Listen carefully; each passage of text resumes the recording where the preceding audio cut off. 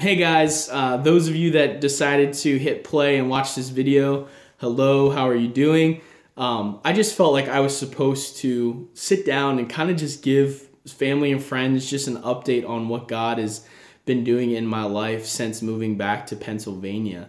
Um, Moving back to Pennsylvania was definitely probably one of the hardest but amazing decisions I've ever made. I lived in Redding, California for 5 years. I went to Bethel School of Supernatural Ministry for 3, and then youth pastored in Red Bluff, California with Pete and Beverly Williams at Freedom Church. And that those times in my life are just absolutely incredible. I can't complain about anything about my life in California. It was amazing. I had amazing friends. I still have amazing friends from it. But so much stuff changes. Life changes. I just thought about it the other day. I graduated in 2008. Like, I'm coming up on my 10-year anniversary of being out of high school. That's pretty crazy when you think about it. So life just goes by so fast. So I just wanted to take the time to just record this video to give some of you just an update on what God's been doing in my life. But it was a really awesome experience. Once I decided that, I definitely heard God say, move back to Pennsylvania, because he had something for me there. It was a hard decision, but it was also easy, if that makes sense. And, I drove back to Pennsylvania by myself, and that was an adventure in itself. But when I got back, I kind of just hit the ground running. I partnered with my home church here in Pennsylvania, Harvest Chapel, and just kind of had a heart to serve. Wasn't really expecting, a position, right away, or wasn't really coming for that reason. I was just coming because God said to come, and I knew that once I made the trip back home, he would kind of make everything fall into place. So I came back home. I started serving in the church. I kind of became like right hand man of the youth pastor, Ryan Bastris, and just kind of got to serve him for a season and just kind of learn how they do youth ministry here. And just that was a great season of my life as well, just coming back home and just serving, and not so much having to be the head of a ministry, but just learning what it looks like to just serve with the intention of serving, not serving to get something, but serving just because God tells you to, is an amazing opportunity that I think a lot of us need to take advantage of.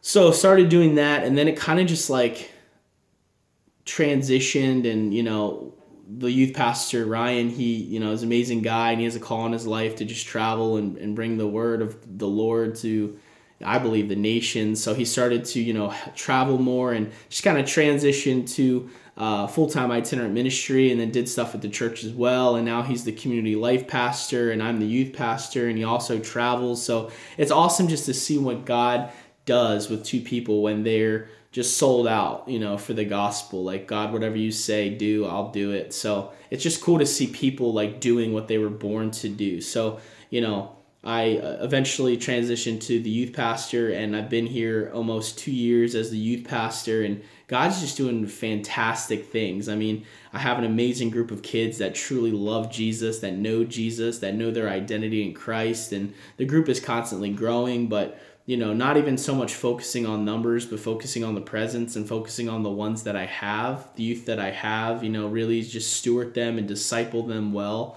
And, so God's just doing so many fun things with that. But when I moved back to Pennsylvania, the really cool thing that happened was, I met my now wife very quickly. I actually met her through a friend that I met out in Redding, California.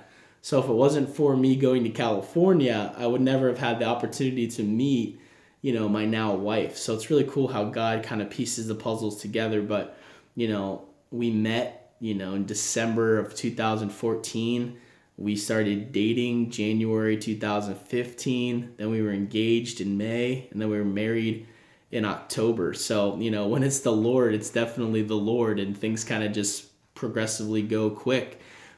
So this last October, we actually celebrated a year of marriage, which has been amazing. It's been just absolutely incredible. You just being able to do life with your best friend, and not only doing life with your best friend, but, in the context of being married and being able to come home and see each other and all that stuff. But we actually do life with each other. And what I mean by that is we drive to work together, we work together, we do ministry together, we drive back home from work together. So it's definitely an all-in type of situation, and it's awesome. And, it poses its challenges, but, you grow. And when you're really doing what you're called to do, it's really fun to be able to do it with the person that you love the most. So she's incredible. She's actually our church's receptionist, and, my office is right across from where she sits, and she does her thing and I do my thing. And she also is a huge part of the youth ministry. She kind of co-pastors the youth group with me. She's very involved. She's all in. She's with me every Wednesday night, every Sunday night, every youth event, and she's doing just as much as I'm doing. So it's awesome to just be able to have a wife that is just a blessing and a best friend. And we're learning so much in the just the year that we've been married, and I know that I'll continue to learn daily something new. But marriage is going absolutely incredible. And it's funny because when I moved back to Pennsylvania, I really felt like I was supposed to be in the public school system. I was doing a lot of ministry in the school system in California, and I really had my heart's expectation was if I can have it there, I can have it here. So, within a couple months of being back home, I got connected with a group that was going into the school and actually doing a program through a ministry called Joyelle, where the students are actually able to leave school for about an hour and come learn about Jesus and then go back to school. So it's pretty awesome that's a thing. But so I did that, and that was actually with 5th and 6th grade students. And as a youth pastor, at first when I heard 5th and 6th grade, I was like, that's not really, what I'm used to. But I really felt like God said, if you steward this, I'll give you the desires of your heart, kind of thing. So I, went all in with it and was there every Tuesday, and a whole group of kids would come over from the school, and we had about 30 kids. But when we left that first year, we had about 60 kids coming every week for this program, which was awesome. So then the next year, our 6th graders that transitioned to the 7th grade wanted the program to happen over in the middle school. So the middle school opened up, and now I'm a part of the program that is in the middle school, and we have about 60 students there, 40 to 50 students that are signed up and all that kind of stuff. So it's just awesome to bring the gospel into the public school system. But what's cool is the 5th and 6th grade program now has over 100 kids in it. So because, just stewarding that group and just sowing seeds, God brought the increase, and it's awesome to just think about what God's doing in the public school system. The same day on Tuesdays, I go from the middle school program at Spring Grove Middle School, and then I go over to a ministry through Youth for Christ called Campus Life. We do an after school club with students mainly from Southwestern school district middle school. So it's another whole group of kids that I get to minister to on Tuesdays. And then on Thursdays, I'm a part of an after-school club through Youth for Christ at New Oxford Middle School, which we have about 15 kids coming to that. And then I also get to speak at the school that I graduated from, a Christian school, Freedom Valley in Gettysburg. So I speak there quite often. So God has definitely just opened up the school system. If anything, I had to say no to certain things because God was saying yes to just so many stuff, and so many doors were opening that I actually had to pray and ask God, what doors should I walk through, because there's many doors to go through and I can't do them all, kind of thing. So it's just been awesome to do that. I actually also stepped into the school administrator for the Harvest Chapel School of Kingdom Living. So that's awesome. That poses a lot of challenges and just stretches me in a lot of areas, but it's going really well. It's an honor to be a part of a school that has definitely changed my life. When I was out at Bethel, I actually would watch videos of Todd White and Dan Muller on YouTube, and it really just impacted my life. And in some instances, I felt like I was actually getting saved, for the first time, because so many things were becoming a reality to me that weren't a reality before. So it's just amazing now to be able to be on the other side of things and be able to help out with the school and, introduce other people to the school and see other people's eyes open and awaken to the gospel. So it's pretty awesome that, God can have something impact your life in an incredible way. And then now, years later, you're actually helping out with that school that has impacted you. So that school is actually starting on February 28th. And then we're actually going to be going into our Thrive Youth Conference in April, which I'm really excited about. This is my second year with running with the youth conference here at Harvest Chapel. Ryan did an amazing job and just built an awesome youth conference called Thrive when he was the youth pastor, and then kind of passed the torch to me when I took over the youth ministry. So this year, I'm really excited about it. I have Maddie Montgomery from For Today coming as a guest speaker, and also a friend of mine, Daniel Burton, that I got to meet just through mutual friends, and he's actually transitioned his life here for a season, doing life here with us in Pennsylvania. So he's incredible. So I'm really excited to have him on the speaking lineup, and then also myself, I'm going to be speaking. It's just going to be incredible. I really have high expectations. So it's going to be a busy season, but I'm really excited just for what God's doing in my life. And if you're watching this video and you're like, wow, it seems like Matt's doing so much, it's only because I said yes.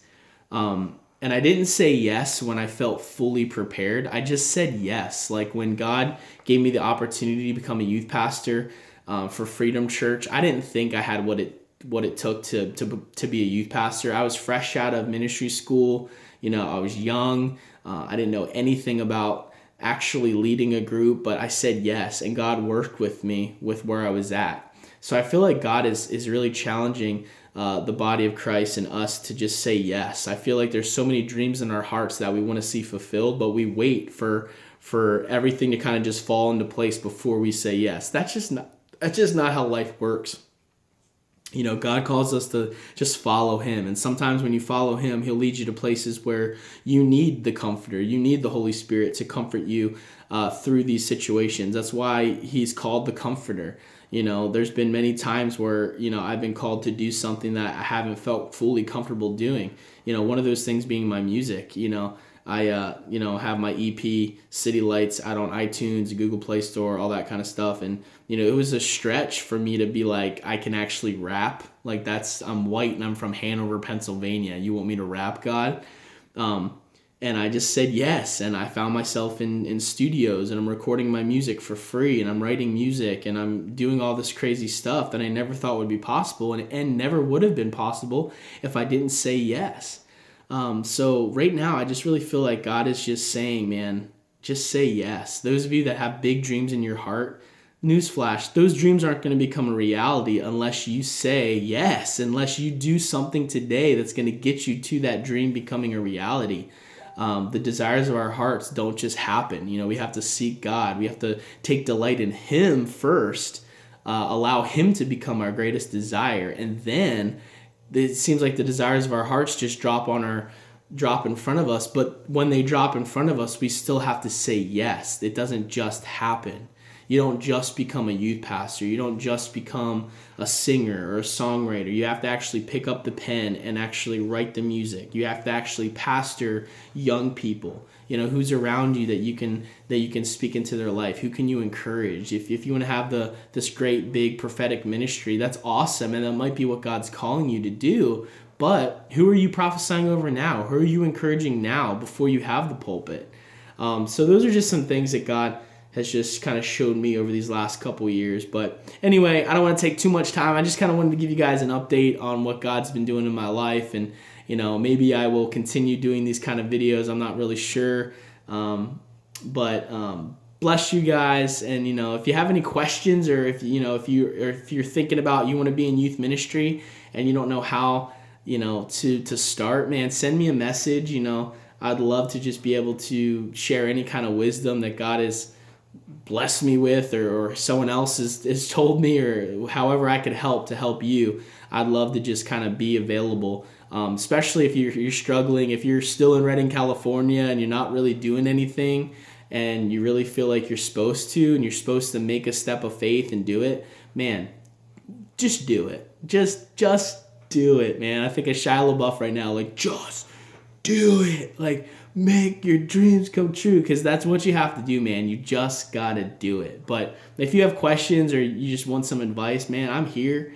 I love to use social media as a positive platform, not so much just dirty laundry, what we see a lot of the time. So, man, bless you guys, and hope you enjoyed this. If you watched, if you stuck it through, but it's good to stay in touch with people, even if they're across the country or even across the world. So, love you guys, bless you guys. Hope you have an amazing day.